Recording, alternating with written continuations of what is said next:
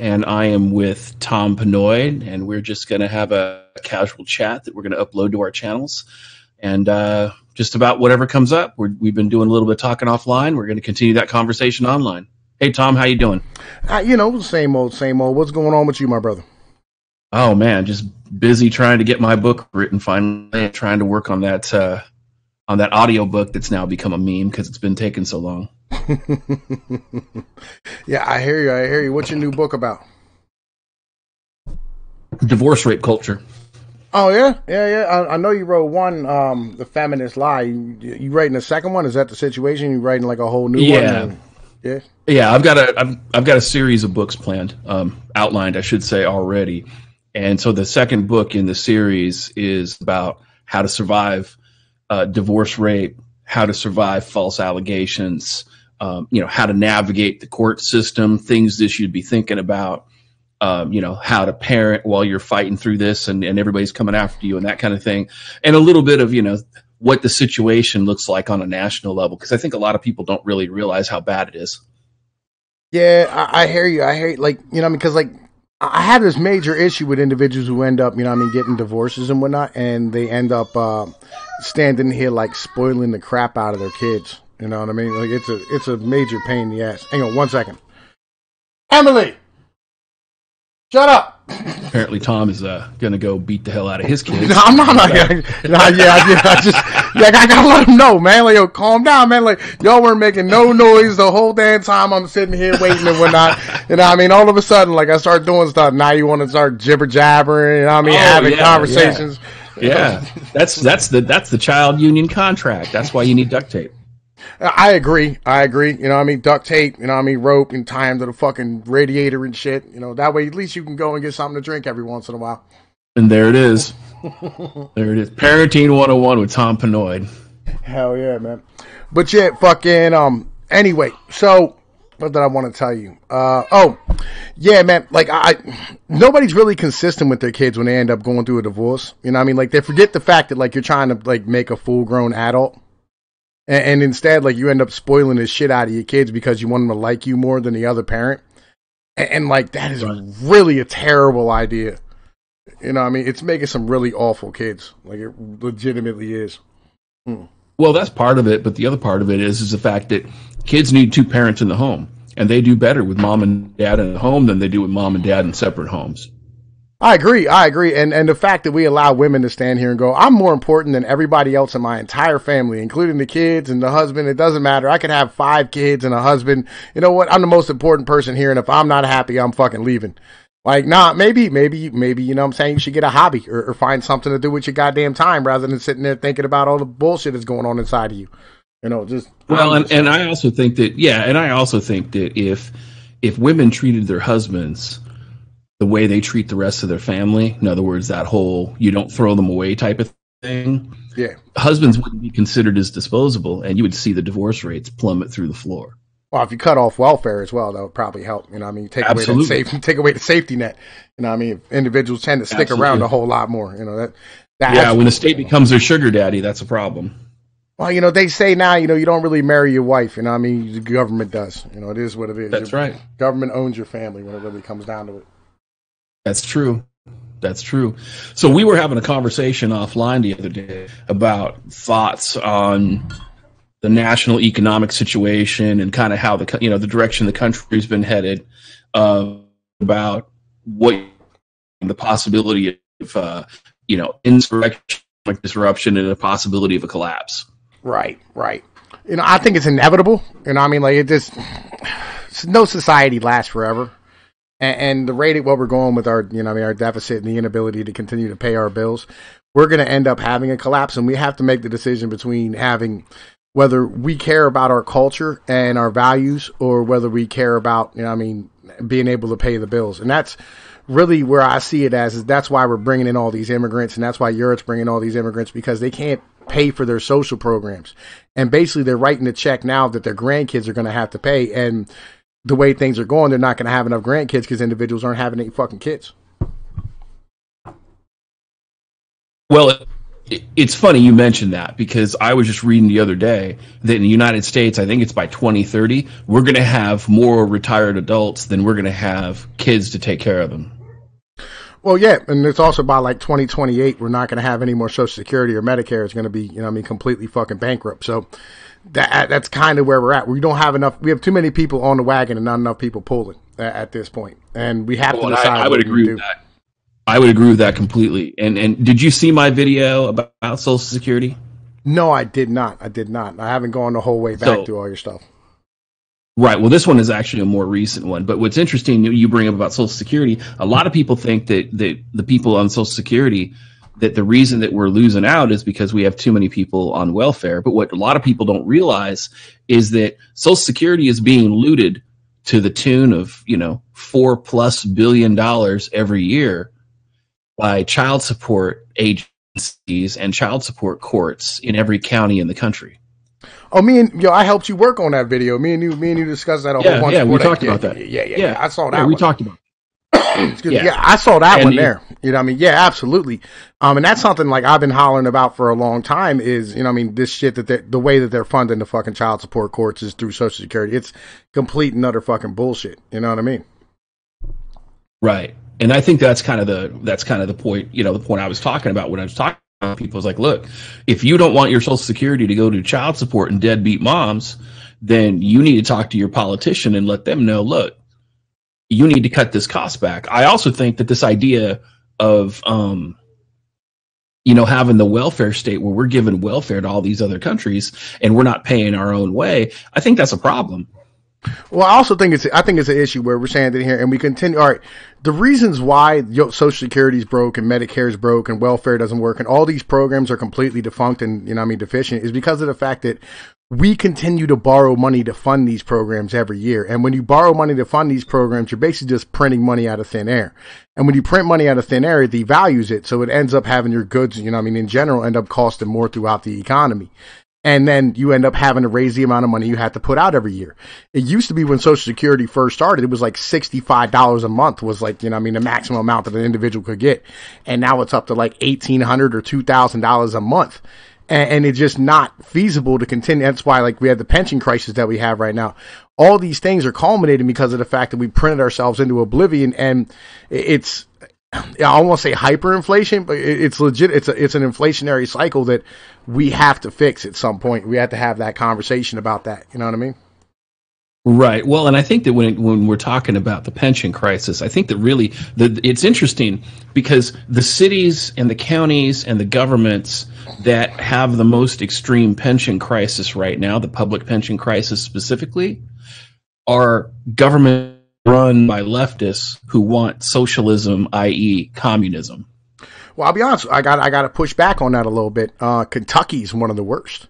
And that is most definitely a red state. You know what I mean? Like it's right. But the question is are they actually a red state or are they rhino? You see, because a lot of times when people talk about the red and blue state, they forget the fact that there's a huge group of people wearing that GOP tag that are really rhinos, and they're big government, and they're all about the conservative social, the conservative social thing. But when it comes to finance, they're very liberal. Well, remotely, I mean, like that's kind of it, but it's not really. Kentucky's a red state. It's a red state. Like it's a super red state. You know what I mean? Like it's never gone blue. It's just the fact that they've been running on nothing, you know what I mean, forever. Like they had got hit with a double whammy. They got hit with not only the coal jobs leaving, but on top of that, they were attached to Ohio with a lot of the industry from the auto parts. You know what I mean? They were part of the Rust Belt. So they got smacked twice, and they didn't really have any infrastructure in place to replace any of this. And they had no jobs coming back into Kentucky. And, they're in deep, deep trouble with the pension crisis. But it's them, Connecticut, Illinois. Well, who won the governorship? I thought the governor was up for re-election this year. Who was the governor now? I don't know. I think it's some Republican. I'm not absolutely sure. I didn't look at it here recently, but I know they're a red state. Like they haven't been run by Democrats, I think, ever. Sort of like Dixiecrats. I think they got a Democrat I think they got a Democratic governor right now. That's why I'm asking. I don't know. I'm looking. I'm looking it up.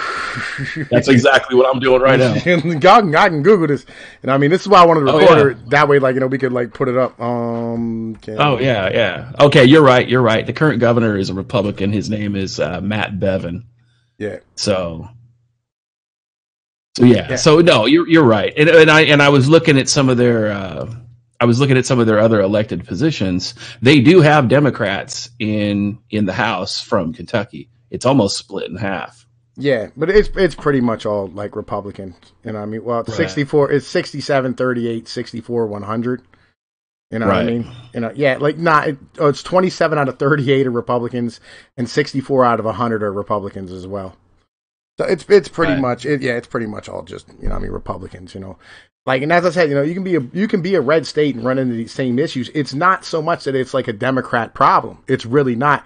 It's just in general an issue because of the fact that. Well, I don't. Let me push on you a little. I don't think it's a Democrat problem per se. I don't think that this is a partisan line issue as much as I think it's a socialism problem. And what I mean by that is that. We have a lot of multi-generational socialist indoctrination in our country, and you go back to even like the 80s. Yuri Bezimov, the KGB defector propagandist who defected from the USSR, he warned us about this type of thing, about this multi-generational indoctrination, where all of a sudden we're basically indoctrinating generations of socialists. So I mean, you fast forward to today. And most of the millennials in the United States think socialism is good. There's even a huge contingency of people who for some strange reason think universal basic income is the way to go. And of course, there's no way to pay it. Of course, it's unsustainable. It's a non-starter. But this group of people has done that. That's why we have so many. When I talk about rhinos, we have a lot of these people out there that are for big government, and they are globalist, i.e., communist. And they want to push that agenda on us. Well, yeah, if that makes sense. Well, absolutely, but on the same point, like, okay, so a lot of these programs got put into place like after FDR and World War II, and after World War II, the world was in a whole different shape than it is today. Where the rest of the world was bombed the fuck out. Like, there was nobody producing shit but us. And so, you could fucking have pensions for everybody. You could have healthcare for everybody. You could have all these social programs and GI Bills. We ran everything. Right. Yeah, we ran everything. Yeah, everybody was importing all of our goods. We were exporting everything. Like, we had every manufacturer. Like, we were the only producer of anything in the entire world, and we were rebuilding half the fucking world at their expense, on their dime. So Right. And then you fast forward to today where that's no longer the fucking case. We need to start rethinking about what the fuck we're doing. We can't keep living like this is the 1950s in 2018 when we're globally competing with fucking we're competing with people who live in parking lots in fucking India generationally. You know what I mean? Well, but you also have to understand, though, too, is that you have a lot of companies that were built in the United States, and let's just use that Indian example for an example, okay? Why is India's considered a hub for IT and tech? It's because Microsoft, an American company, took the profits off of their American business and went to India and actually built that infrastructure. So instead of investing in our own country and investing in our own workforce, they invested outside of it.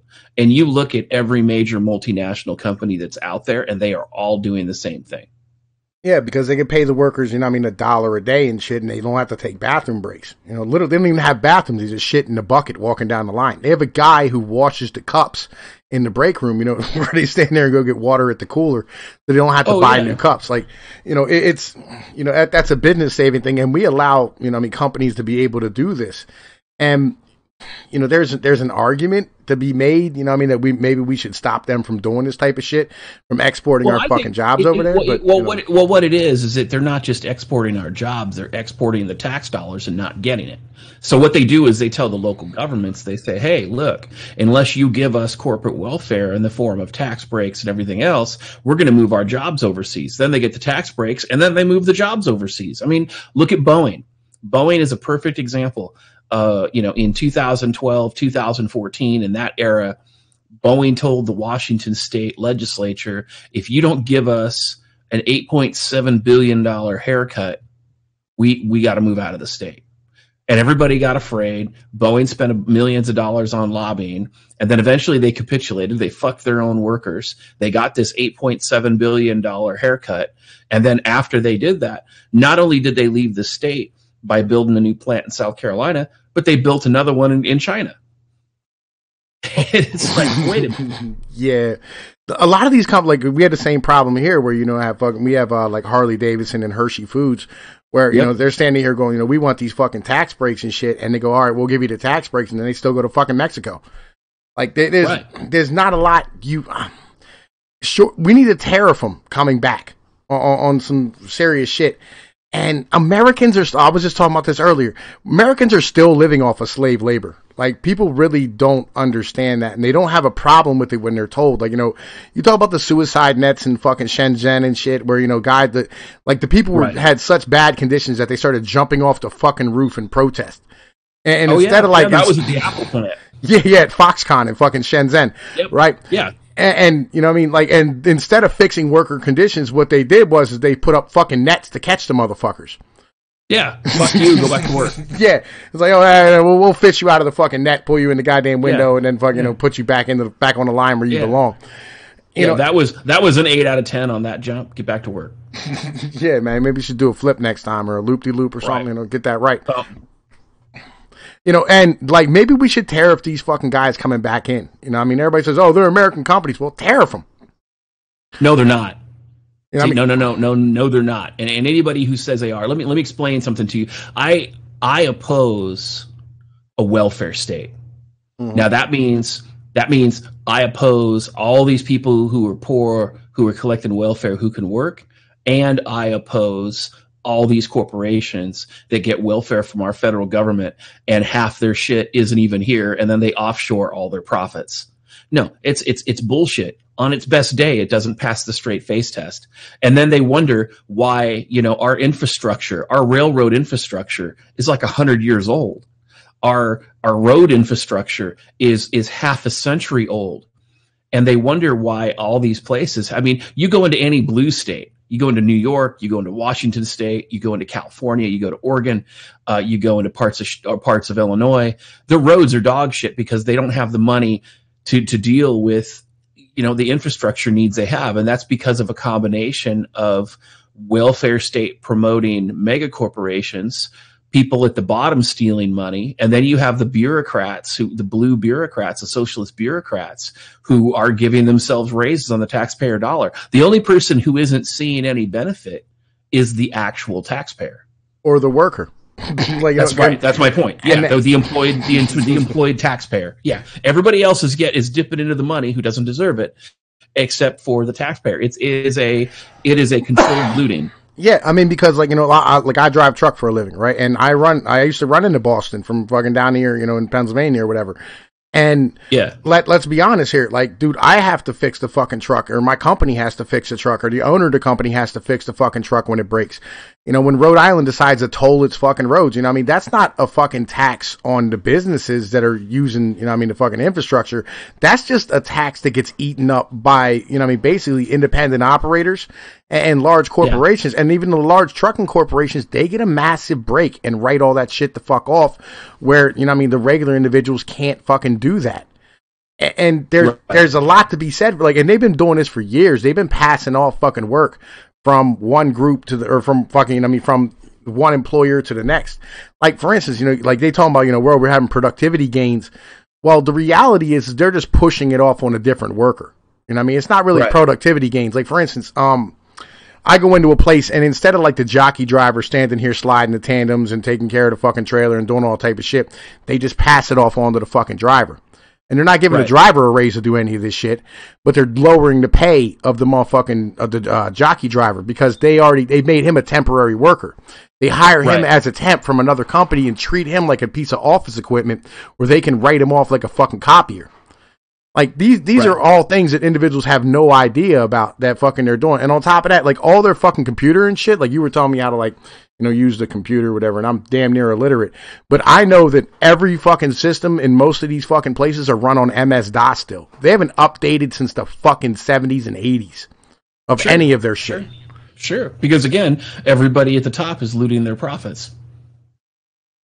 So these companies are not interested in being successful. They're interested in what it looks like on the stock market. Yeah. And ever since the crash in 2007, the stock market and the financial markets, they're no longer connected to the economy.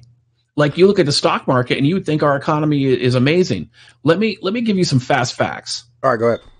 The United States has a population of approximately 340 million people. Of that population, somewhere between 200 and 220 million are adults, working age adults. Our workforce participation rate, the last time I checked, which was about 3 weeks ago, is approximately 62%. Okay? So that means that if you really want to take a look at our unemployment rate, the real unemployment rate, in other words, the number of people not working, it's 38%. Oh, yeah. So if 38% of 220 million people aren't working, that's a problem. Now, I have seen numbers, if you want to talk about total population. Well, I want to talk about total. Well, I want to ask you about that total population number. Because from what I understand, it's only like 310 million. Oh, no, it's more than that. Well, the other 30 million's illegals.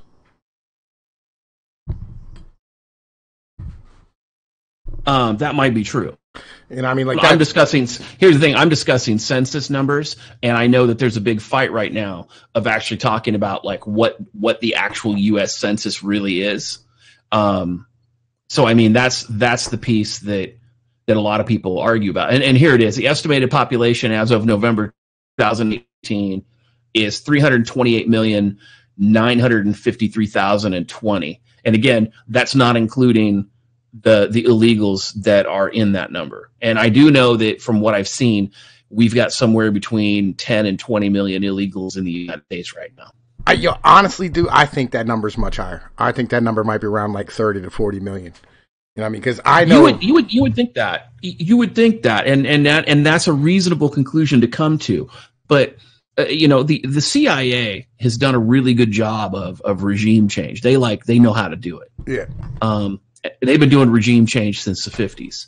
One of the things I read when I was reading one of their handbooks on regime change, do you know what percentage of population that you need to control to change a government? 10%. Exactly. So only 10% of the population. Now, in Sweden, for those that don't know, Sweden has over 60 no-go zones where migrants control the streets, the police don't go in, Sharia law is enforced, and women have no rights. And remember, Sweden is the first feminist government in the world. Now, Sweden has a migrant population of approximately 8%, and they've lost control of their country. Well, yeah, they've always said it's like 10% of the population was the only individuals who really want a revolution inside of America, but that's really all the fuck it takes. That's 10% right. Of the and I think that and I think we're probably somewhere around 5 to 7 right now. Yeah, it's about comfort. And I mean, eventually, once the TVs turn off, it's kind of the situation. Like, once the TVs turn off, that's when shit's gonna hit the goddamn fan. And that's. Well, I think that honestly, I think it's gonna pop before that. I don't know. Everybody being really fucking comfortable and having something else to pay attention to. It is enough that, they're fucking, they're still in control and everything's cool and everybody's able to go and shop and get gas and, do all the stuff that they want to do and, be able to watch their Desperate Housewives of Who Gives a Fuck. Right. But how many people live in the state of California, just as an example? I don't know. Was it like 40 million? California. Yeah. California is the most populous state in the union, and it has about 39 million people. Okay, you figure probably 2/3 of that are adults. Yeah. Now, with that said, So 2/3 of, you're talking about 20, 25, 30 million, something like that. I'm just shitting out numbers here. I'm not really paying attention. Feel you. We'll just say 20 million. Okay. Right. Of that 20 million, a large number of those people are Democrats. Now that's California alone. Now you think about every blue state that's out there. These people are in perpetual tantrum mode, where they have to be upset no matter what. They be at drama level 11. These people, sooner or later, what's going to happen is they're going to be radicalized, and they're trying to create their own martyrs so they can radicalize more people. And you look at this, and it's a combination of, the Democratic Party, which has become ridiculously identitarian and progressive. You have Antifa in the streets. You've got illegal gun manufacturing facilities that are being created by the cartels specifically to arm these people with ghost guns. It's far worse than people think it is. And then let's not even get to the point where we start talking about, the massive rural drug addiction rate being fostered by the cartels. Well, yeah, and I did a video here, I don't know, probably like 6 months ago, and I'm going to redo the video because I did it on my phone originally. But if you look at the places where they've had like what is it, like 100% increase in fucking Ritalin usage from 2000 to 2010, or it matches up exactly with the fucking heroin epidemic in the United States. Oh, sure. Because that's what they're doing is that once you get them addicted to one thing and they don't get enough of it, they got to go for everything. Well, it's not just that. Like anybody who takes fucking drugs, you have a certain percentage of them who are going to end up being fucking are going to abuse it, and it basically matches up with the amount of people who are abusing fucking heroin. So it's kind of like you're never growing. Is kind of the situation. Like they drug you up from when you're a child, and you end up not being okay with yourself forever. And then you need something else to fucking numb you away from the world. And like heroin really is a disassociative, which is what a lot of these like Ritalin and fucking Effexor and all these other drugs. Meth is way, yeah. Yeah. I mean, even though meth it's different than Ritalin, like it's an upper, it's not a narcotic like heroin is. It does the same thing when it comes to that piece of it. Yeah. But like that, and that's kind of the situation. You're drugging them up when they're fucking kids, and once you drug them up when they're fucking kids, they end up being drug addicts as fucking adults. And I've been really wanting to send out a fucking survey to a rehab or something to see whether or not I can be able to see how many of these individuals actually were on fucking prescription medications when they were fucking kids. You know what I mean? But I'm not real sure how to do that and whether or not it's fucking legal. Yeah, they would probably, because anything that has to do with kids is usually going to be confidential, so they're going to have a hard time with that. But I think you might be onto something, and my guess is that you might be able to find, if you look in the right spot, you might be able to find a study that actually talks about that. I've been looking, but they don't want to link that. They don't want to have a conversation about the fact because well.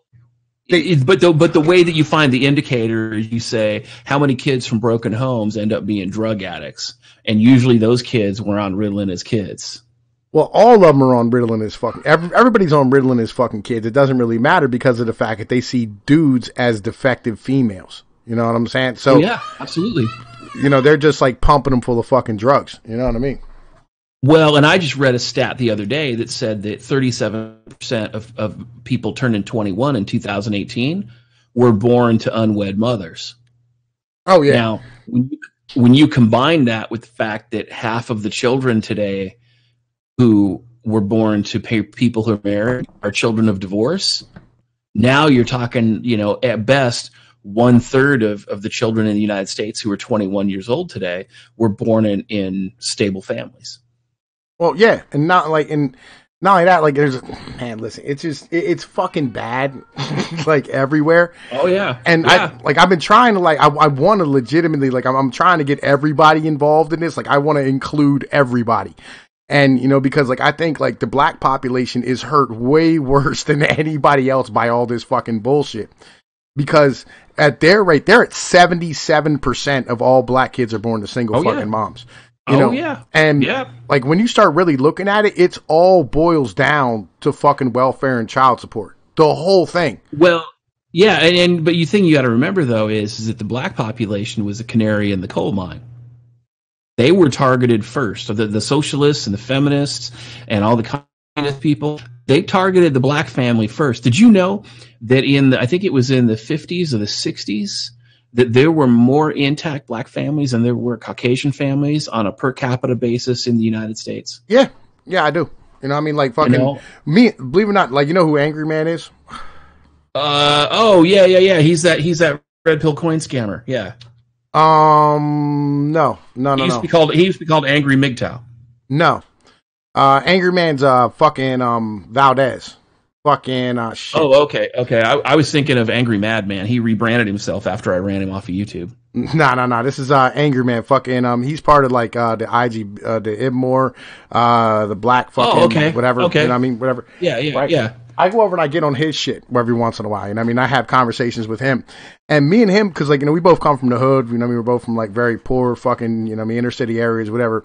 And the story's the same. They went door to door when they closed down the mills back in the 80s and 90s and shit. And fucking told women, look, we'll give you fucking welfare and, you know what I mean, Section 8 and food stamps and all this shit. But you have to kick the man out of the fucking house. Right. You know what I mean? And this is something that nobody wants to have that conversation about. Nobody wants to talk about that. Yeah, and that's an old story. I mean, everybody knows that's what a lot of people did. In fact, when a lot of people, even like the intact relationships, the women would just tell welfare the guy was gone and get welfare, and then they would go after him anyway, and then he would never know about it until he had to back child support about. Yeah, and you know, like, and you look at the whole system as a whole, right? In particular, like in the hood, you know, like you can sit there and go, all right, well, you know, fucking like, oh yeah, the black people out here selling drugs and all this shit. And I had a conversation at TFM server with a dude last night. Excuse me. And like we were talking about how fucking they're like, oh, I would never sell drugs. I would just get a job. I'm like, all right, well, picture yourself like this, right? You're 18 years old. You can't live with your mom no more because she's in Section 8 and fucking you don't have the ability to support yourself. You know what I mean? Fucking like you're 18 years old. You're working for $10 an hour. You end up, you know, you have a girlfriend, whatever. She ends up getting knocked up. She lives in fucking Section 8. You can't live there. You know what I mean? So you end up going on fucking child support. Now you're having half of that $10 an hour fucking job taken in fucking child support from you. Can't support yourself. What the fuck are you going to do? Right. You know what I mean? And this is where this whole... Yeah, exactly. There's no fucking choice. Like, you literally go, what are you going to get a better job? You're 18. What better job are you going to get? You know what I mean? Like, what are you going to go to? Like, child support don't excuse you to go to school. You know what I mean? You can't be like, oh, I'm going to school. You know what I mean? Like, I can't pay. They don't give a fuck. You'll still rack up the bill and end up in jail. They don't care. You know what I mean? Well, and that was like that video I did recently, too, where that black man got shot in the back by the police because he was running from them, because he had a suspended license, because they criminalized him, because he owed child support. Exactly. He grew up, he had no criminal record at all. He was doing what he needed to do. He had a really good job. He had a kid with a woman. They broke up, and then he had on child support, and he ended up losing the best job he ever had. He lost it because of child support, because they put him in jail for like 2 weeks, and he'd been in and out of jail because child support. Yeah. And then he's like, I got to make money. So he even interviewed his brother, and his brother said, yeah, he gave up. He said, what are you going to do? You got to hustle. You got to put food on the table. There's not a choice. You know what I mean? You got to buy diapers. You know, you have to pay, you have to survive. Like they're going to survive. There's nothing else left for you. You know, and I've done it, you know, fucking, I'm not going to lie. I fucking did it. I went and I fucking, you know, I learned the metric system. It's just how the hell shit operates. You know, that's it. You know, and like these are conversations like, yo, feminism and fucking gynocentrism have legitimately ruined this motherfucking nation as a whole. You know, I agree. And like that's like we were talking about like conspiracy theories and things of this nature. You know? Yeah, right. Yep. And like I got away from a lot of them once I found out this fact, just because it makes way more sense when you add in gynocentrism and feminism. Like, it just makes, like, everything kind of, like, locks together and go, oh, it's not a conspiracy theory. These people are just retarded. You know what I mean? And they're not thinking properly. Like, fucking, they don't understand. Like, they're being told and being indoctrinated in these fucking schools with all this bullshit because the teacher and the professor who were teaching them got taught this shit as well. And so, like, it's just been passed down since it fucking began that, you know, women are fucking oppressed and all this fucking nonsense. And they just continue to perpetuate their own fucking bullshit. Oh, excuse me. Go ahead. Right. You know what I mean? And like, that's where I got away from the conspiracy theory shit. I couldn't, like, you can't support it anymore if, you know, it's something that, you know, it doesn't make any sense anymore. You know what I mean? Like, and none of the Well, and I think the only thing that I would say is this, is that, you know, I did dig into that conspiracy theory for a minute. You know, and obviously working in family court, you get to see the feminist machine up close and personal. But, you know, I read the Communist Manifesto just a few months ago. Right. And it was interesting to see how the Communist Manifesto dovetails everything feminism and Antifa and all them are trying to do. And interestingly enough, and this was something I didn't expect, the Communist Manifesto also kind of goes hand in hand with a lot of what pro-Sharia law people are saying. What do you mean? Well, like, for them, they say that, you know, there's a certain group of people that think that particular religion is a conqueror's religion, where you basically, if you don't follow the religion, you're the infidel, and therefore it's okay to murder you, it's okay to victimize you, it's okay to do all these other things because you're the infidel. It basically, you know, you should be killed. And the Communist Manifesto pretty much says the same thing. And they pretty much say, you know, you don't switch the government up by just, you know, voting new people in office. You have to have a violent revolution, and you have to kill people, and you have to foment a situation where the government becomes so unstable that you can just run in and seize power. And it's interesting because you see how Antifa is doing things. Like, if you step back and you don't just look at Berkeley, and you don't just look at Portland, and you don't just look at, was it Charleston or Charlesville or whatever it was with the guy that got attacked in Charlottesville. You know what I'm talking? Charlottesville, right. Yeah. If you don't just look at those as individual things and you look at them as part of a system, it's the game plan. And then if you take a look at, you know, investigative journalism, like the Veritas Project or Project Veritas, and you listen to these undercover tapes of these politicians that are like, yeah, you know, show up with a feminist shirt on and instigate these people. Go get into an argument with somebody with a MAGA hat. Go start these things. I mean, it's November 2018. I think Breitbart has a story that they published in the first part of 2018 about how many political crimes against Trump supporters they can rack up. And I think they're up to 700 or 800 right now. Now, the reason that that's important is because there's another term for political violence that more accurately describes it. It's called terrorism. Terrorism, in its own most basic term, is political violence. And so this idea of these leftists, these feminists, these socialists, these communists, these globalists, call them what you want. The names are interchangeable. But when you look at these individuals and these organizations fomenting this violence and fomenting these things, it's absolutely ridiculous. Let me give you another example. The migrant riot over the weekend, where the 500 rioters rushed the San Ysidro port through the water, trying to force their way and invade the country, right? Well, when the news got a hold of it, it turns out they got a picture of this woman and these two children getting tear gassed. But if you look at the photo, and you look at the photo closely, in the background, there's people posing for photos, there's photographers, there's multiple groups of photographers. I think it was the Gateway Pundit that actually called it out, and they actually circled around, they zoomed in, and they found basically it was a photo op that this woman set up. And then when you actually interviewed the people who were there, the Border Patrol agents and the officer in charge, he said, yeah, these migrant men rushed the gate, started slamming the gate, and then when we went to respond, they grabbed these women and children and pushed them up to the front and used them as shields.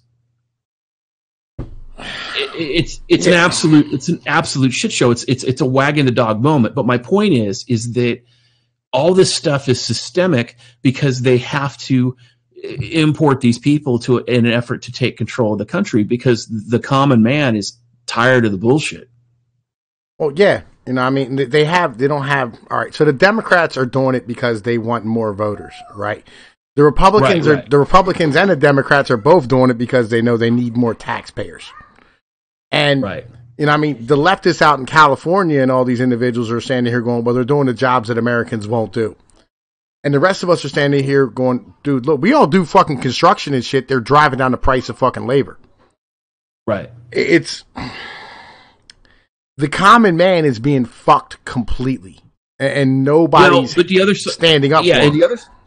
Right. And the other side of it is, though, is it like the housing crisis? That was created by people at the top who were collecting government welfare in the form of tax breaks and things like that. They completely gamed the system.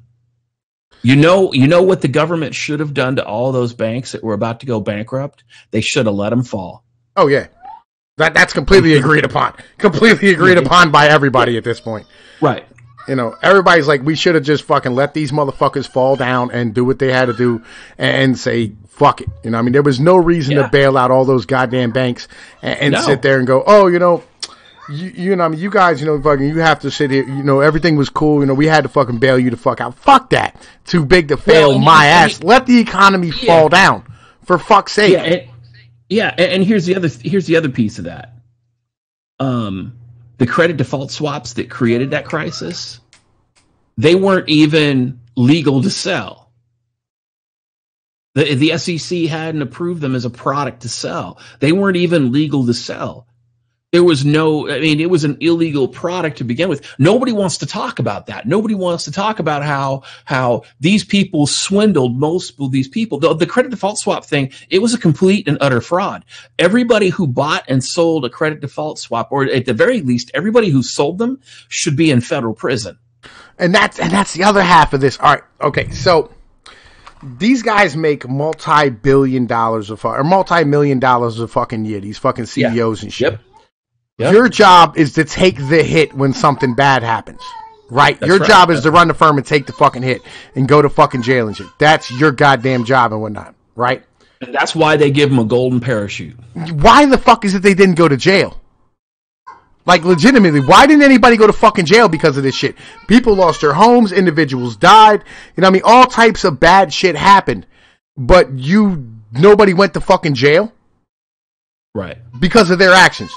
People died, but nobody went to fucking jail. You know what I mean? And all of us now are having to sit here and suffer and pay for their fucking consequences while we fucking continue to pay all these fucking taxes back for what? I think it was, what is it? Mark Blake said it's $13 trillion that was pumped out worldwide to bail out the financial system. Yeah. And all the rest of us are sitting there going, we're paying fucking $5 a pound for fucking hamburger. You know? Here's the thing. But here's the thing. Like, it's going to collapse anyway. There's no way. I mean, we are going to see some kind of economic collapse. The inequality. I mean, look at California. Okay, California is like a granola eater's heaven. You're like, if you love to hug trees, go move to California. If you're part of the EPA, like, you know, or the environmental crowd, if you're a vegan, go move to California. If you believe in diversity and social justice and all that, and go move to California. And once you get there, you're going to realize it was all bullshit, because congratulations, you just moved to the United States of Venezuela. I mean, California is the most unequal country, or unequal state, I should say, in the country. And this is one of those scenarios where they're like, oh, yeah, you know, we got all these things, and they tax you to hell. I mean, people are fleeing California, and that's not even hyperbole, or, you know, any kind of hyperbole or anything like that. It's they are fleeing. They're like, we need to get the fuck out of here. You have people in the San Jose area who are making $200,000 and $300,000 a year, and they're living hand to mouth. Yeah. And like fucking, you know, California's a fucking shithole as far as things are goddamn concerned. Yeah. And what is it? It's like the average fucking price of like a bullshit condos, like a fucking $1 million in a lot of parts of San Francisco and LA, and no one can survive in that. No one. Well, and here's what I've told people. You know, if you're making six figures and you're working a tech job in California, guess what? You could save $60,000, buy a house in a flyover state outright, own it, and go work at a gas station at minimum wage and have more disposable income at the end of the month than making your six-figure income in California. You're not lying. You're not lying. You are legitimately not lying, dude.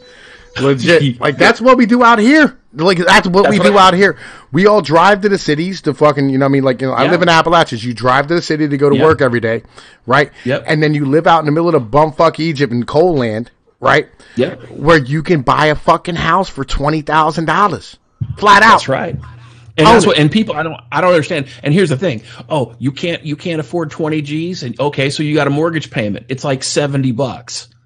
I mean, you know, I mean, your mortgage payment is $70. You know, your food payment is next to nothing, you know, and if you're any bit resourceful and you got a fireplace, you can cut your own wood. Yeah. I mean, you know, there's so many ways. And that's the thing that blows me away is like, I'm listening to these people going, yeah, you know, and I live in this leftist shithole and I can't get out. Yes, you can. Just fucking leave. Just fucking leave. And you're fucking good. You're golden. Just fucking leave. And the bitches is motherfuckers out there don't work. Right. That's the weird thing to me. Like, how is it that shit's that fucking expensive and you don't fucking work? Oh, yeah. Like, when I was doing logistics work on a regular basis, I had people from, like, Portland and shit fucking like, dude, could you come out here and work for us, man? You know what I'm saying? We'll give you fucking $70,000 a year. And I'm like, I don't think I could survive out there on $70,000 a fucking year. You know what I mean? Right. You know right. What I mean? Right. And that's real. Yeah, but, you know, like, fucking, like, they don't work. Motherfuckers have no work ethic. They're not interested in doing shit, and they're lazy as fuck. Everybody's used to fucking handouts and shit. It's Now, I will say this, okay? Now, I worked my working career, majority of the time, I worked 16 hours a day, 6 days a week. Okay. Right. Now, a lot of people say that I did it. I carried 2 jobs almost my entire working career. Now, about 3 years ago, I decided I was kind of done with that noise.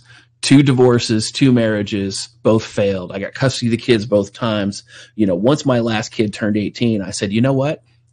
I'm not working myself into the ground anymore. I'm going to go to some place where, like, I don't need to think about this shit. So, you know, here's the thing. You know, I don't live in Washington State anymore. And I haven't lived in Washington State for a minute.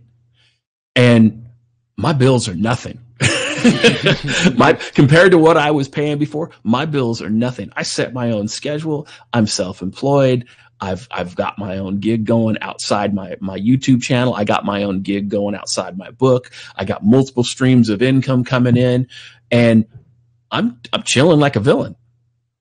And I don't think about that shit. I look out my door and I see woods.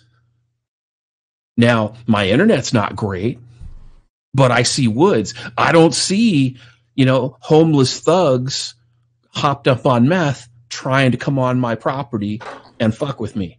I don't see garbage on the street as I drive to town.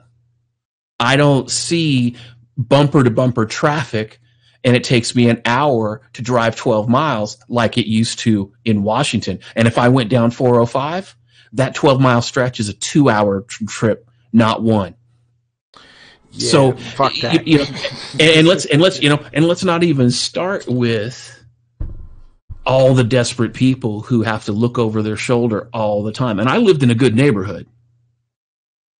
I lived in a really good neighborhood, but when the homeless people showed up and when the police started getting overworked, the police are like, you know, I had friends who are sheriffs and they're like, we can't even respond to some of these calls because we don't have the manpower. In Oakland, if you go to the Oakland Police Department, Oakland, California, you go to their police department's website, there's like a list of 90 crimes they don't even show up for. Oh, yeah. Well, it's like that out here, but it's because of the fact that the city went fucking bankrupt. Yeah. You know what I mean? Like, the city went bankrupt. They stopped showing up in traffic accidents and all this type of shit. Yeah. And I mean, the police are completely fucking overwhelmed by what the fuck they have to deal with, you know, and they don't have any idea what the fuck to do. There's no tax dollars coming in because, you know, the city's goddamn broke because all the fucking businesses left because the fucking steel industry shut the fuck down. Like, things are awful. Yeah. Since early spring of this year, I've been coming around seeing the country. I've been cross country, I don't know, half a dozen times or some shit. I mean, I've been out. I've been out running hard and fast. And it's funny because, like, I look at these states like Arkansas and Mississippi and Missouri and even parts of Tennessee and, you know, Kentucky and West Virginia and South Carolina, North Carolina, you know, and all these other fucking little places out here, right? And I see all this shit that's out here, and it's like, the roads are fine. The infrastructure's fine. The people are paying their taxes. They're going to work. They're doing their thing. Now, are there drug addicts out here? Sure. Are there, in these small towns? Absolutely there are. But they fuck around. People will shoot them. They understand this. They understand that, look, you get out of your lane, and either A, you get back in your lane, or B, you turn into fertilizer. Well, yeah, we have, like, here in this state, we have what's known as the castle doctrine. I mean, the police will tell you, like, if you shoot somebody who came on your property, just drag them on the porch.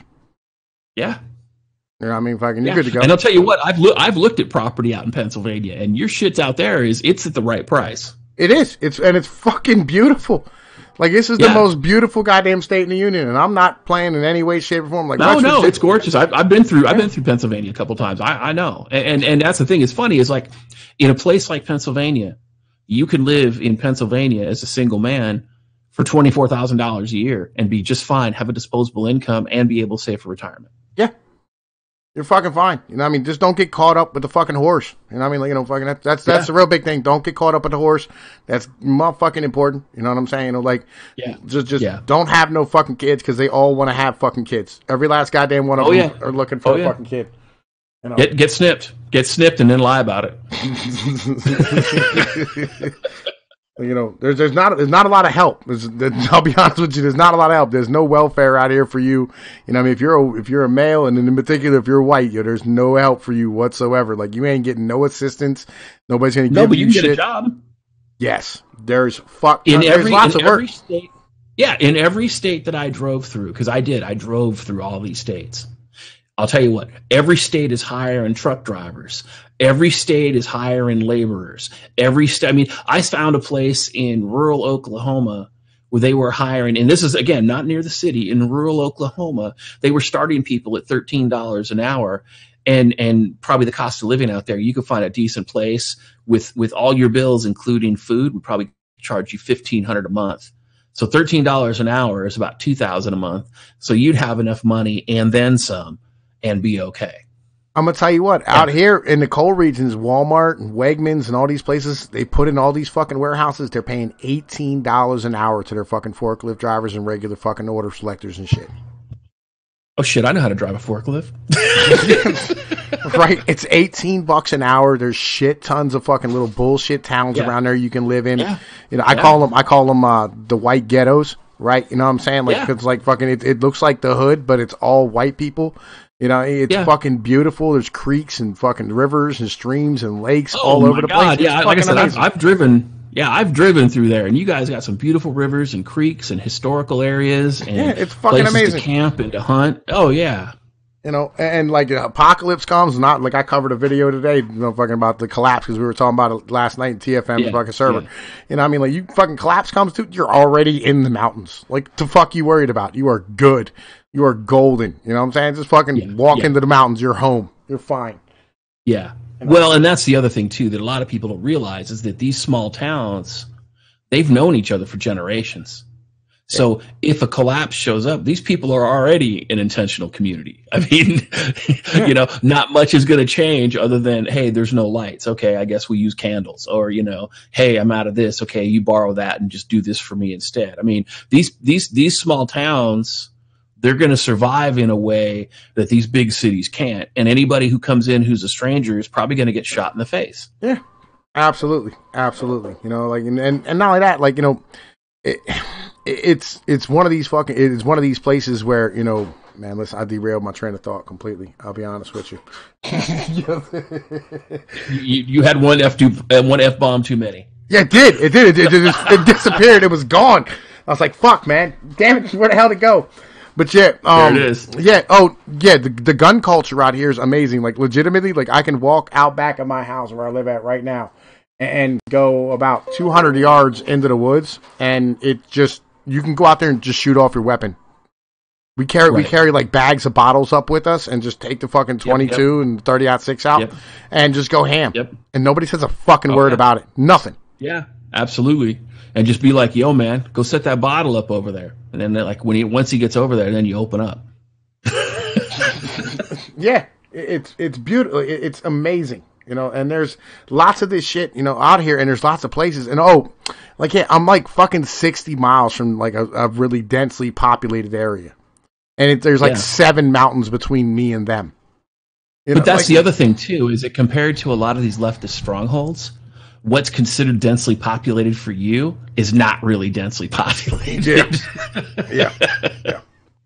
Well, you know, well, I'll be honest with you, dude. Like, legitimately, like the city where I live at is around where I live at is legit one of the poorest areas in the nation. Like like you look it up on Neighborhood Scout, and it's like one of the poorest areas in the nation, hands down. 99% of all the residents live below the poverty line. Like sure. The schools are at the level where they have a 12% graduation rate. You know, inside of the city. Outside of the city, they have some of the best schools in the nation. But in the city, it's fucking awful. You know, like, and they are and it's a left. Like, the city is ran by fucking Democrats. It is. But it's not the Democrats' fault that it fell down. It's just they got so accustomed to having, you know, I mean, the steel mills and all this business here. And when all of it fucking left, they had no tax base left. Right. You know? And that's kind of where you really get down to. Like we're used to living in a certain manner, and that manner doesn't exist anymore. You know, all that heavy manufacturing we do. You know what I mean? It don't exist anymore. And here's the thing. Like, I've listened to a lot of really knowledgeable, you know, economists, you know, financial bloggers and things like that. And a lot of them even say that, you know, we're living in a Great Depression era right now.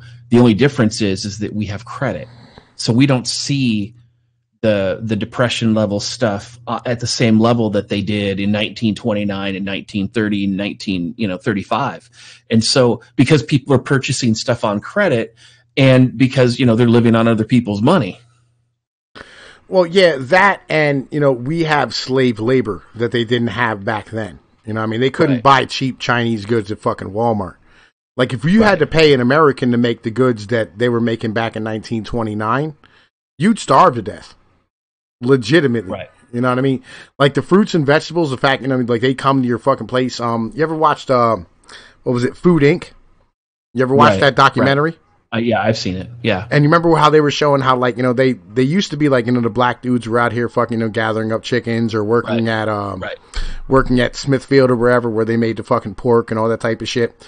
You know, and they brought in the fucking Mexicans, you know, I mean, for much, much less fucking money, and they ended up feeding ICE bust on a regular basis to continue to allow them to just bust them in. They stand here and they advertise down in Mexico for workers to come to North Carolina to come do the work. Right. Like, this is stuff that we need to have a conversation about, and nobody wants to have that conversation because, like, you've not just fucked over. You fucked over a lot of the working class in these good union jobs and these decent working jobs that paid decent money to American families that built the middle class, and you gave them out to immigrants. And if you took them away at this point, and that's the issue, if you took them away, we'd starve. You know what I mean? We'd be in a Great Depression. And that's the conversation that nobody wants to have.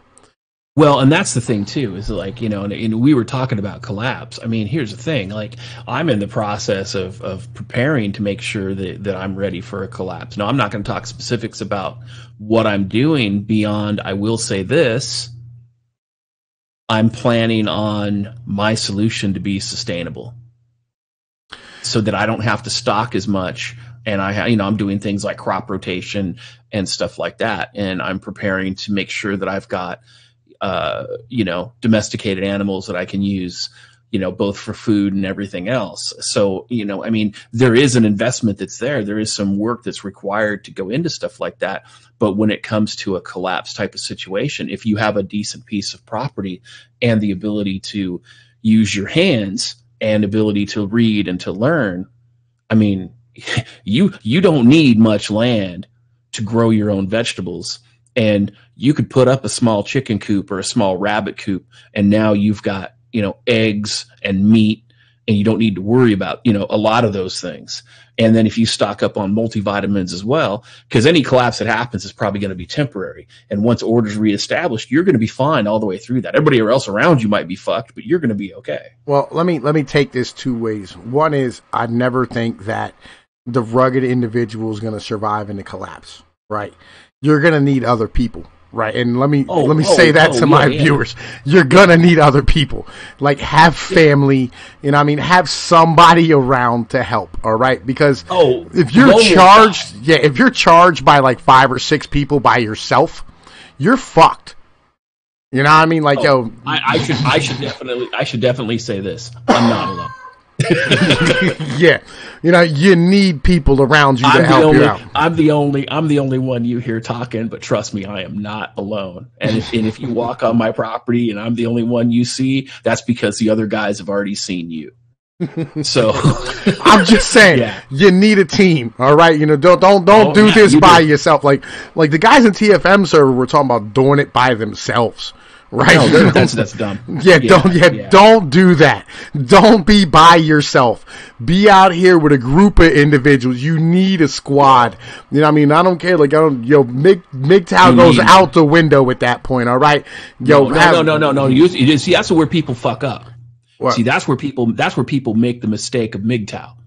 People conflate this idea, and even MGTOW do it, and it's hilarious. People make this mistake that walking away from marriage means walking away from everybody, and that's the dumbest shit I've ever heard in my entire life. Humans are social animals. Yeah. You know what happens when you go by yourself for too long?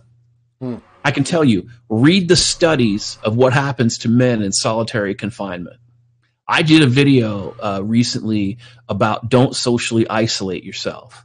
We have too many people in the MGTOW community that think that they can fucking Rambo this shit out because they fucking played an N64 game. Like, let me tell y'all like this. All right, y'all know Billy Badass. I am Billy Badass, legitimately. Like, you know, like I'm a tough guy. Been to jail, knocked individuals out, shot people. I've been shot. You know what I'm saying? Like, yo, I've done all these things. Believe me. All right, it is not as easy as you think it is. All right, it is nowhere near it. And anybody can catch you slipping. And if they catch you slipping, you are done. That's why you're going to have to sleep at some point. Yep. Like, it is what it is. You know, not like, you know, I made my video today and I was like, dude, get some puzzles, you know what I mean, some cards, something to do, books, anything, because like there's going to be a lot of boring, just hanging the fuck out, not doing shit, you know what I mean, shit to pass the fucking time, you know what I mean? You sharpen your knives and you learn to throw knives and hatchets. You push ups. Practice push ups, get in shape, fucking bow and arrow that shit. You know, I mean, there's a lot of opportunity here to hone your skills. And I'll tell you what, if you wait until a collapse to hone your skills, you've done it too late.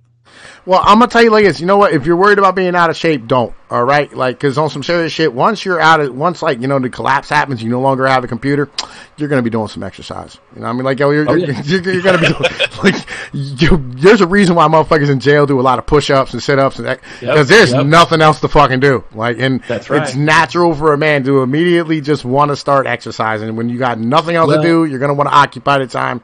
You're going to build yourself. I can neither confirm nor deny that being in a small cell for 23 hours a day, you will exercise. Yeah, like that's what you're going to do. You know, so like if you're stuck, you know, I mean, in a collapse situation, you know, you're going to get in shape. So don't stress too much if you're not completely in shape right now, because you will get there, believe me, or you'll die. One of the two. You know, just a fact of fucking life. You know what I mean? And where the hell fucking I start off with this shit at? Because there was a second part to this motherfucker. Oh, yeah. Libertarianism. All right. So I've been having this thought pattern for a while. And I started the White Trash No State, where I wanted to fucking, like, bring out libertarian ideology through, you know what I mean, comedy. Because motherfuckers aren't interested in sitting there listening to you, like, lecture to them about shit. And they want a spoonful of sugar to make the medicine go down. I think that our public policies on what we're doing with that's not sugar that they're drinking. I understand. Right. Like, I think our social policy should be a policy of paying one time and not paying long term. Right. For instance, if you, like, for instance, you know, you shut down the coal regions, whatever, where, you know, like all these jobs are gone. Why aren't we putting solar panels on these people's fucking houses? Like, why aren't we sitting here, like, you know, like going, all right, well, yeah, you don't have to pay property tax anymore. You know, fucking, like, you know, here's fucking, let me show you the ability to fucking sit here and garden and grow your own shit. I think that's something that is missing in the entire social paradigm of, our public welfare space. Well, I don't understand. So here's the thing. Like, I remember when I was in high school, and that was a long time ago. We learned in high school, we had legitimate shop classes, metalworking classes, woodworking classes, leatherworking classes. And then in addition to that, we were taught how to grow food. We were taught how to farm, like a little bit about farming and stuff. And so I think that when it comes to our educational system, I think we absolutely need to learn how to do that again. Because I think that, again, even if you live on a quarter acre of property, that's enough property to basically feed a family of 4 for the majority of your vegetables for a year. You can cut your vegetable costs, any kind of vegetable costs that you have, you can cut those costs down to like 25% or 20% or less, because you have this basically food source in your yard. And I don't understand, and I agree with you. I think that we should be teaching that. And I think that a lot of families would be better off doing that. But the problem that you have is that, everybody wants to run through drive-through and they want their large fucking fry. They don't want to eat vegetables. They want to get their sugar from a candy bar. They don't want to get it from an apple or a peach or a pear or something else. They want the high fructose corn sugar. They don't want the natural sugar that comes from the fruit or the vegetables. And so we've gotten to a point where we don't even eat natural food anymore. And we get to a point where, let's just say a value meal is over 2,000 calories by the time you eat and drink everything. And then on top of that, because it's nutritionally gone, you don't have the nutritional value there. So you're still left hungry. It's ridiculous. Well, the other half of this is, I think a lot of individuals don't want it in their backyard, right? Like around here, I don't know if it's like this where you are. Like, it's no longer trailer parks; they're mobile home communities, right? Sure. And you have to have a credit score of like 700 to get into a fucking mobile home park. And I'm standing here going like, yo, who the fuck would want to have a trailer who has a credit score of fucking 700? Like, what fucking retard wouldn't just buy a goddamn house at that point? Like, cause I went there one time and I was like, dude, look, you have 2 of these motherfuckers for $3,000. Here's $6,000. You know what I mean? Like, I'm bringing cash to your fucking face. And they go, oh, well, we can't take this because your credit score is too high, too low. And I'm standing here going like, bro, I piss $400 a month, which is your lot rent. I piss that, you know what I mean? On a regular, I piss that on Wendy's on a regular basis. The fuck are you talking about? Like, I can't have this fucking. The hell is wrong with you, motherfuckers? You know what I mean? But that's their homeowners association. That's the again. This is another one of those constructs where you have these little fucking Napoleons running around. Well, no, it's not that. It's not that. They're owned by corporations. But the reality is that the borough says that you can't put them in, right? Because they're run by a fucking council, and the council says, oh, we don't want these poor people living among us. And we need to get away from this ideology that poor people are horrible individuals. They're just poor. Like, there's nothing wrong with fucking being broke. Like, you need people, you need children, you need families, and they're not all gonna be rich. You know what I mean? They're not all gonna be upper middle class. The fucking Fresh Prince of Bel-Air is not a real show. Fucking Full House is not a real thing. I've never been in a house that looked as nice as any of these places on TV. When I was a kid, man, I'm gonna tell you like this. We had a neighborhood. It was like a mile away from where we lived at, and we rode our bikes over there because there was a pool over there. And we used to think these kids were millionaires because their parents lived in houses, and they lived in houses that weren't attached to other people's houses. And a lot of us came out just fine. You know what I mean? Like, some of us are actually big things. You know what I mean? I'm not going to mention them, you know what I mean? Because, we're on the internet or whatever. But, you know what I mean? Right. Like, they all made, like, people made shit of themselves. Some went to jail. Some did what they did. You know what I mean? But here's the thing, too. Like, I'm not kicking on poor people or anything like that. But, when I was 17 years old, everything I owned was in a garbage sack. Yeah. Okay? Right. By the time I was 31... I had a 2,900 square foot house, 4-bedroom, 2.5 bathroom, 3-car garage, every room had molded corners and molded entryways, and I mean, it was brand new construction. It was a gorgeous fucking house. But you're absolutely correct. Regardless, I think that. But the problem that you have is that a lot of these poor people, we don't have multi-generational mentorship anymore. So, we look at people who work a blue collar lifestyle. We say, oh, we don't want that. Or, we're going to look down our nose on that. And the reality is that a lot of these people that live in these communities you're talking about, they have more disposable income after working a hard day's work than people who live in these nicer areas. I mean, I was at a point where I was making over 6 figures a year. And I'll tell you what, it didn't make me any happier. It didn't. All it did was change my problems. More bills, more bills, more bills. You know what I mean? But like I was I bought my first house at 25. You know what I mean? I was second marriage, bought my first house. You know what I mean? I had 6 cars. Like, yo, you know what I mean? Like, I had disposable income. You know what I mean? I was making $70,000 a fucking year at 25 years old, working at the steel mill in the fucking union. I had a Ford Explorer. I had a 77 El Camino I had rebuilt with a 383 stroker in it. I had a fucking Chevy 1500 fucking Eldorado, or Chevy 1500 Silverado with the extended cab and the 8-foot bed on it. I had a Ford Ranger. I had an Audi A6. And like, yo, I had all this fucking shit. I had a fucking boat. I had a garage. I had fucking every type of fishing pole in the world. I had a worm box set up out back, guns, everything. Like, I was good. You know what I mean? And I lost all this shit in the goddamn divorce. I had to walk away from all of it. But still, that's not the fucking point.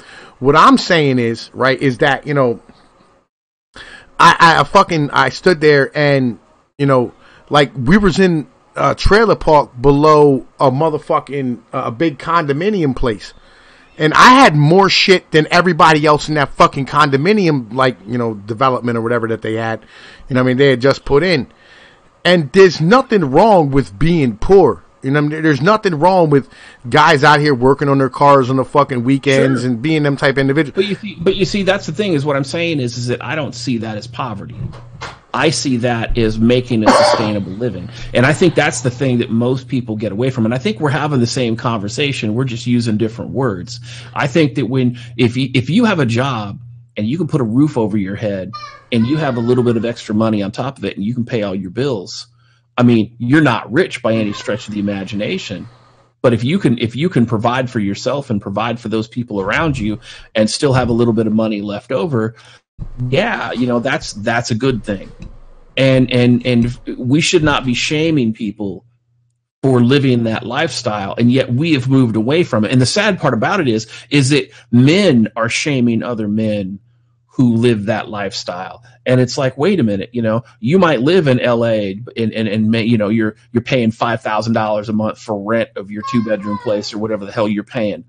And you have no disposable income, and you may have a great job, but you have to do all this bullshit to maintain that standard of living, whereas you would be a lot less stressed if you lived in a rural location and you lived a more humble existence. Well, yeah, and this is what I'm saying, and I think our government should be more libertarian in that manner, where you're solving problems. Like, you're talking about systemic poverty and things of this nature. You should legitimately be standing here and going, look, we want to solve this problem completely. You know what I mean? Like, we want to take these bills off these individuals' heads because we know that it's good for the nation if we do so, right? So that we're not continually paying for these programs every goddamn year. You know what I mean? Because eventually you'll get to the point where, like, all right, you have all these individuals who, like, because when the soldiers came back from World War II, they had all these GI Bills and shit. And it was down in Soho in New York. And Levittown and shit. And now some of those areas are some of the richest areas in the fucking nation. And right, it's not a bad thing for the government to go, all right, well, fucking you fucked up, whatever, you need fucking help. Here, let me help you long term. Let me take this bill off your fucking head. And by the way, I think we need to we need to abolish real estate taxes nationwide. Like, because that makes no sense to me whatsoever. Like, why my grandmother has a house that my grandfather built back in the 1950s or 60s, and it's been paid off since the 1970s or 80s, and she's still paying $7,000 a year in real estate taxes. Makes absolutely no fucking sense to me whatsoever. You know what I mean? That's fucking, you're paying rent to the state for your fucking house. What type of dumb shit is that? Right. You know what I mean? Like, no, I completely understand. I mean, I think they can get there. I think the tax base could be set up another way. But again, that's why we got to get rid of the welfare state. We got to get rid of this whole tax until you die bullshit. Again, you have these government agencies that are taxing the shit out of you unnecessarily, and then they're pocketing all the money, or they're giving it to their buddies. Yeah, and again, this is why I think we need to repeal the 19th, because I think women need to be at home to teach the fucking children. Like, there's no reason why women shouldn't be intelligent, right? In any way, shape, or form. Like, they should be intelligent individuals, and because they need to teach our sons while we go and earn a living.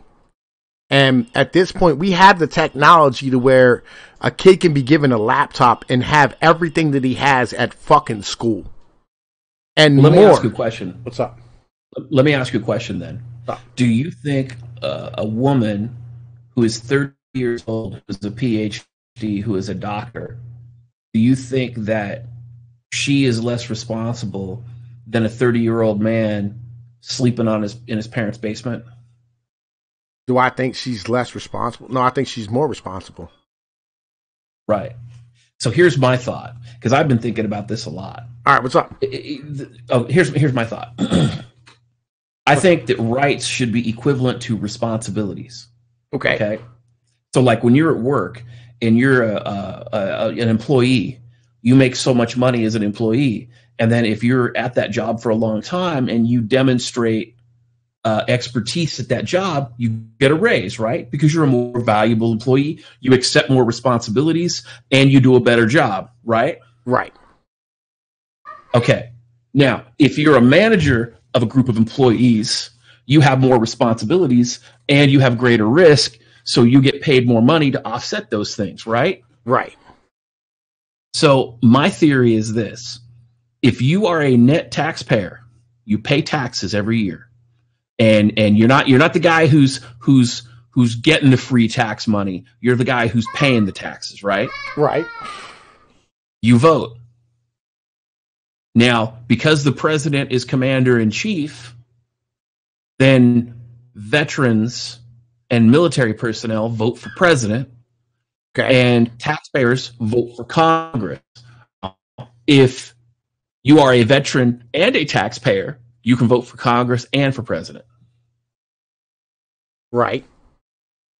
If you are not a next taxpayer, you don't vote.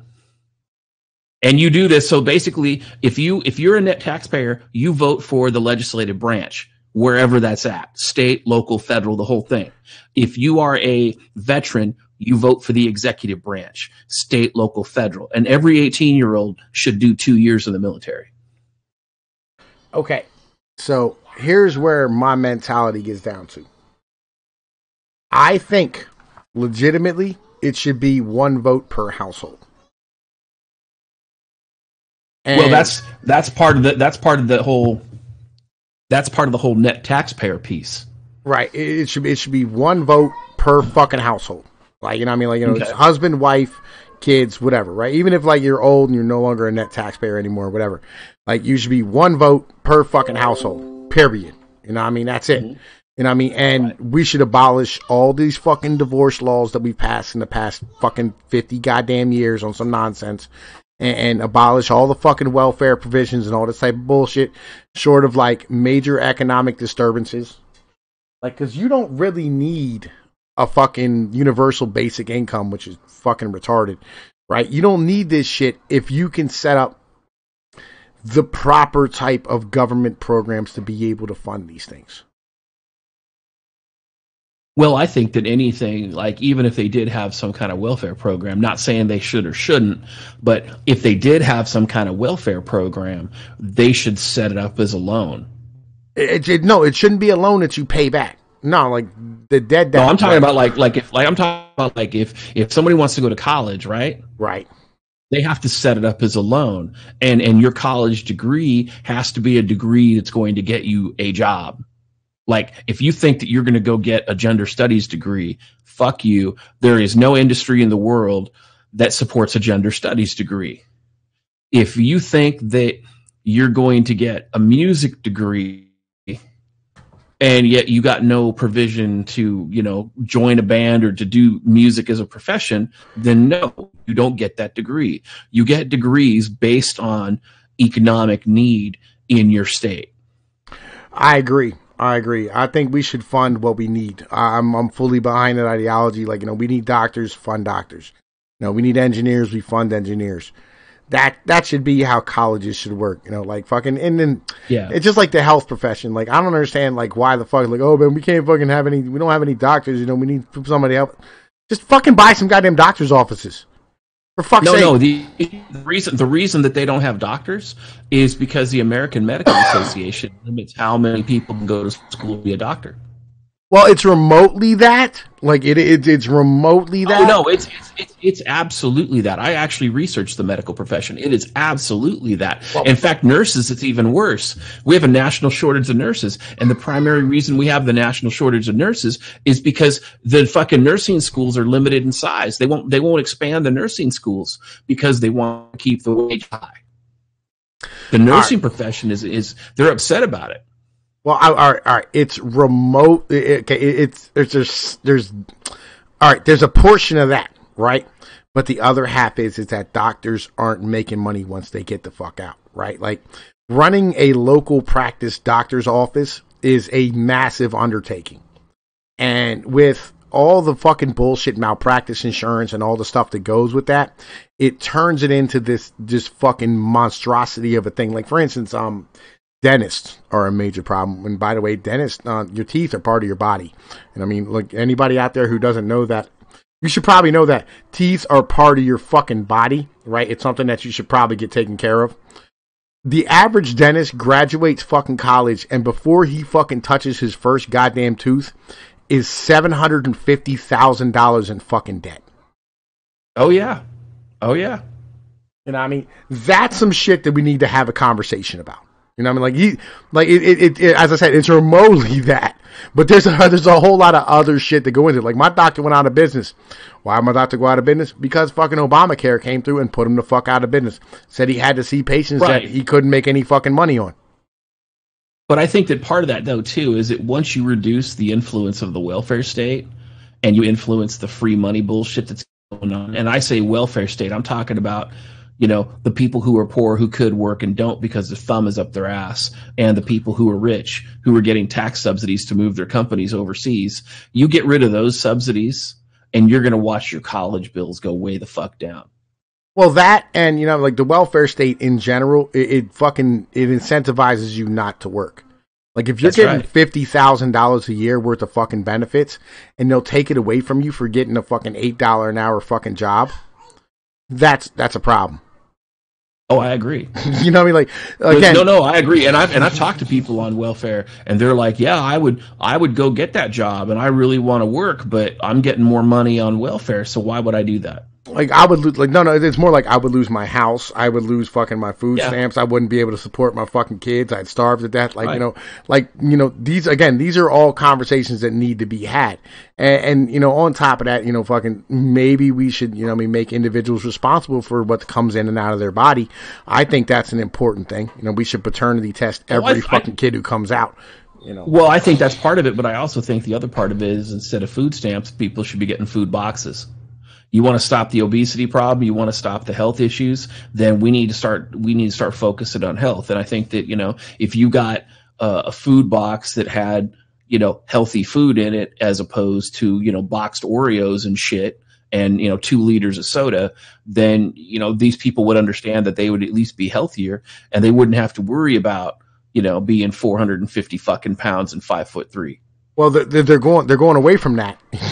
Like, legitimately, they're going away from that. Like, recently they tried to fucking ban fucking food stamp recipients from getting lobster and steak, right? Good. Well, no, it's not good, right? Because, like, believe it or not, lobster and steak is really fucking good for you. These are good foods to buy, as far as like lean meats are concerned. So is chicken breast. for a female, but not so much for a male. You know, all that estrogen inside of there is really not good for any type of male who's fucking eating it. You know, if you're feeding it to a boy kid, it's not really good. You know, and like, that's cool, right? But I want to be able to have that conversation, go, all right, well, yeah, let's fucking talk about what you can buy on fucking food stamps, and let's get away from the fucking cereals and the fucking tasty cakes and all this type of shit that people buy and shit. Yeah. Yeah. The junk food. Yeah, the junk food's fucking terrible, and the fucking sodas and all that type. Like, that should not be allowed to be bought with fucking food stamps. I'm behind that ideology. Legitimately, I'm behind that ideology. Yeah, I mean, and I agree that there's many things in our country that are systemically broken, and I think that as far as that goes, you and I agree on that. Oh yeah, yeah. You know, obviously we're two different people. We're gonna have two different solutions on stuff. But I think that you're absolutely right. I also think that when we were talking about this before, I do think some kind of economic collapse is coming, and it's kind of slow rolling down the hill. And I do think that people need to focus on being more self-sustaining. In addition to, making sure they're making enough money to pay for what they need to be self-sustaining. They need to learn how to grow their own food. They need to learn how to, harvest their own meat and those types of things, maybe learn how to hunt and fish and those types of things so that they can survive if something happens. Because, I mean, I've asked people sometimes to say, look, if the power went out in your area for 2 weeks, what would you do? Yeah, I'd be good. I would be good. I'm fine. Like, the charcoal grill still works. You know what I mean? Like, fucking, I'm fine. Like, I can go cut down wood and I can cook all the meat in my freezer and shit. Yeah. And then worst comes to worst, I can get into the mountains. I got fucking guns and shit. I can go kill deer. It's not a major deal to me, Right. But most people don't know what they would do. I mean, look at Hurricane Katrina. Look at those 2 hurricanes that were down in the Southeast recently. Look at the huge fucking wildfire in California. There was a guy in California. It was funny. Everybody evacuated this place called Paradise. They evacuated, and this guy was like, "Nah, fuck y'all. I'm staying." So he fought the fire himself. He beat the fire back from his yard. And then after he beat the fire back, he already had canned food and everything set up. And they already had an internal network of his neighbors. And they were running each other food and running each other, and taking trips down the road and taking care of each other because he already had his little intentional community set up. And they were fine. As I said, you need a group. Like, it's important that you have other individuals around you. You can't do it by yourself. You know what I mean? Like, and that group, and here's the thing, no disrespect, because I have a sponsor, Dollhouse, really great, check him out. But your group, don't think of your sex doll as a useful member of your group. It's got to be real people. I feel you. I love Phil. Phil's good people. You know what I'm saying? But them sex dolls are not going to help you. You know what I mean? He's an awesome individual, and I think you need to start a YouTube channel. His fucking voice is amazing. I'll let him know that you're into him. I mean, maybe he swings that way. I don't know. I know. Yeah, man. Like, tell him Tell him to come over here. You know what I'm saying? I want to have a conversation with him, right? Like, is that what you're calling it now? Okay. I want to take him for some coffee. Oh yeah. A little cream in your coffee. Okay. A little cream in my coffee. Yeah, that's the situation. Well, Tom, it's been great talking with you, but I got stuff to do, and it sounds like your kids broke out of the duct tape. They fucking did this. I swear to God, man, my 2-year-old, she's awesome. She's the cutest little girl in the whole goddamn world. Legitimately, I love her to death. But anyway, man, dude, I've been waiting forever to get you over here on my channel and have a conversation. I know you're busy tomorrow and stuff, and usually I do stuff Thursdays, Saturdays, and I get the Church of Jesus Christ is not a bitch made nigga on Sundays. You know what I mean? Yeah, tell your fans come check me out. I'm most definitely have my fans come check you out. You're an awesome individual, and I love having conversations with you.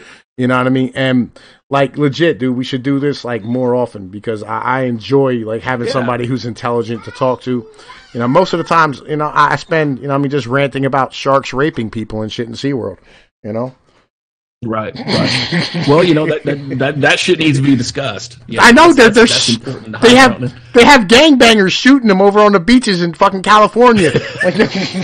Right. Yeah, I believe it. Well, I'll tell you what. Yeah, I'll put links to yours when I put this up on my end. I'll put links to your channel as well and send my people over. Yeah, I'm gonna do the same for you. All right, my brother. It's appreciated. Thank you. Take care. All right, later. Yep. Take care.